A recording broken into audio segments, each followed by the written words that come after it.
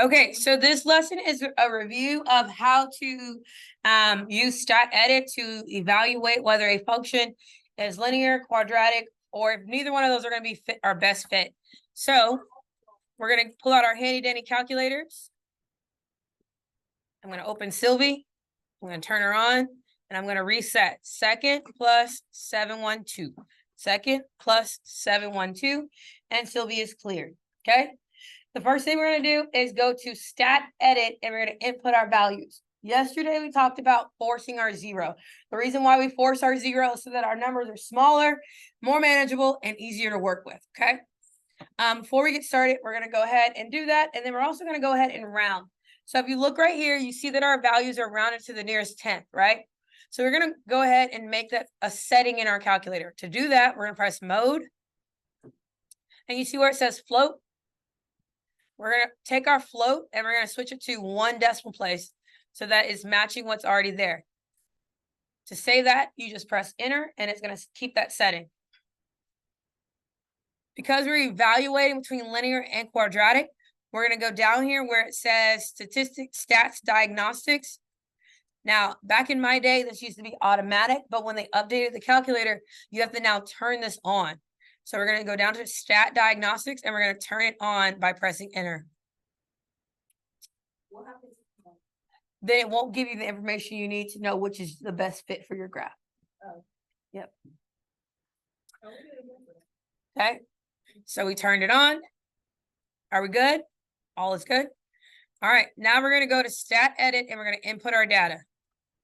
So I'm going to input in my X values, 0, 70, 120, and 170. So this is our 0. This is 70 years later. This is 120 years later. This is 170 years later. So we have 0, 70, 120, and 170. We're going to also go ahead and then put in our Y values. This is the population in terms of years, population during the year of X per 100 U.S. citizens, the 1,000 or 100, 1,000. So our immigration, 3.9, 10 and 4/10, 7/10, and 3 and 2/10. Clearly, our biggest influx of immigration happened in around 1900, right? When everyone was coming to America on their own, not being forced. Yeah. Okay. All right. Next, now we're going to decide whether it's linear or quadratic. When we're looking for our correlation coefficient, which is our R squared value. Okay. And R squared ranges from 0. That's a weird 0. I hate when my pen does that. R squared is from 0 to 1. Okay. The closer it is to 1, that means that it's the better model, right? The closer it is to 0, then it's not the world's greatest model, right? But we're just comparing between linear and quadratic, right? So we're seeing which value has the highest correlation coefficient. Does that make sense?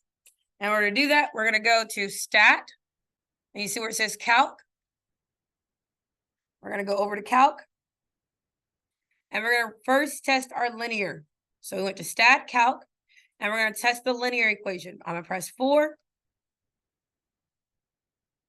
And it asked me, do you really want a linear regression? And I'm like, yeah, I definitely want a linear regression. Thank you very much. Okay, I'll go over there. It's cool, Sylvie. Didn't want to be on the side of the screen anyway. I'm going to press enter down to calculate. And here are my values for my linear. So when I look right here, it says that my linear equation is probably not the best model. Because what is its R squared value? 0.1. So for linear, I got an R squared value of 0.1. So is that going to be the better model? Probably not. It's pretty far from 1, right? All right, so now we're going to test out quadratic. So I'm going to go to stat, calc, and you see what it says quad regression. I'm going to go down to 5 for quadratic regression. Hit enter. I'm going to hit enter. Now, when we did our quadratic, so for quad, its R squared value equals 0.8, no, 0.3. Okay, so between what we have, which is the better one? The quadratic. Are either one of them really great options? No, they're not. But between what we have, the quadratic is the better model. Does that make sense? Okay, the next part says, what is your minimum degree of your polynomial? So to test that, we're going to figure out what power function would best represent it. So when we go back to stat calc, you're going to scroll down, and it's going to say power. Do you see what it says PWR regression? Okay, what the power regression is going to tell us is what is the best function overall that may represent us, whether it's square to the third to the fourth, what power are we looking at? Okay, so I'm going to hit enter. I'm going to run the test. And what did happen here? It didn't work. So when we're looking for a power function, this polynomial, we are having issues. It didn't work for that. It didn't, the magic button to tell us doesn't work. So then we can't use the magic button. We don't quit. We're like, okay, well, we have two options here. We can run a cubic on our own, and we can run a quartic on our own. A cubic is a third degree. A quartic is a fourth degree. So we can run those on our own. Okay, if the power fails us, all we can do is what our other options are. And our other options are cubic and quartic. So when I run the cubic, I'm going to press 6. It's supposed to hit 1 as well? Hmm? Or supposed to hit 1? Hit 1? Yeah. Enter? No, never mind. Yes, R squared is all, no matter what the R squared is, forever. That's what it's supposed to. Yes, we're looking for 1. Oh my gosh, I ran a cubic, and it says that based on what we have here, what does it look like? The cubic is going to be our best model. So it says, what is the minimum degree of a polynomial might be appropriate to model this data? And our degree is 3 because a cubic function is a third degree. So based on this, we got a cubic, which equals a third degree polynomial.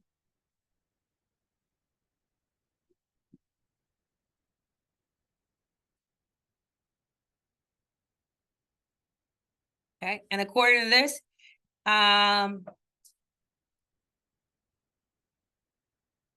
we can see our values. Now, if I wanted to see full values for that, I can go to float and turn it back on and rerun it. And it's going to give me even more values to evaluate with. Hit enter. So it tells me all of my values. If I'm 2.84 times e to the -5th, that's like 0.00002.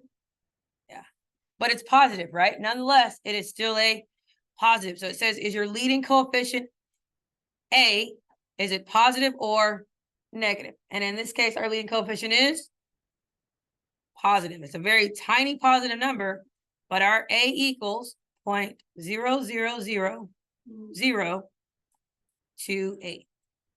And it's still a positive value. Does that make sense? This e to the -5 doesn't mean that it's a negative. The e to the -5 means that's how many decimal places you need to move to the left. Do you remember scientific notation? Unit 1, scientific notation.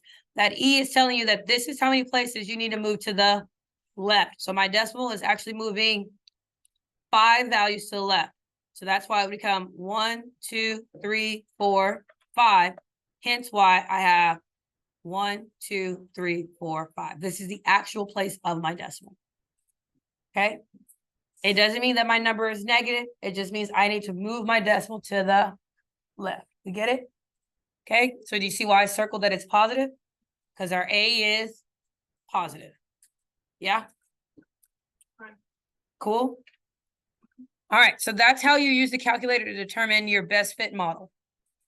And I know that calculator usage can get frustrating. And when it doesn't work the first time, we're more inclined to just shut down and stop doing it. Don't do that. Okay.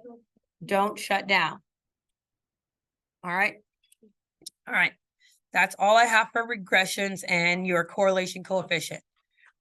Again, what is the ideal number for a perfect correlation? 1. Okay, the closer it is to 1, the better the model is. Make sense? Just for giggles, let's see what 4 would do. So if I go here and I go to the quartic, which is 4, I'm going to calculate it.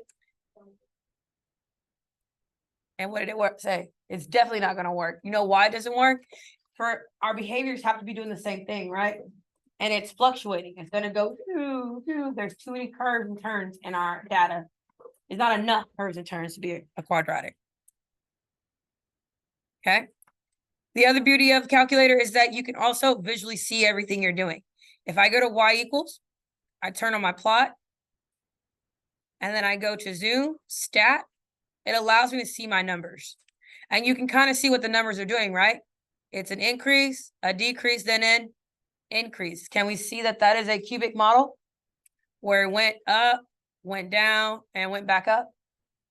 We have 2 turning points, which means at the 3rd degree. So I can visually check, I can numerically check. There's all these ways for me to verify what I'm doing. And it's set up for you to be successful. That's why I'm showing you all possible windows and avenues of your answer. All right? Okay.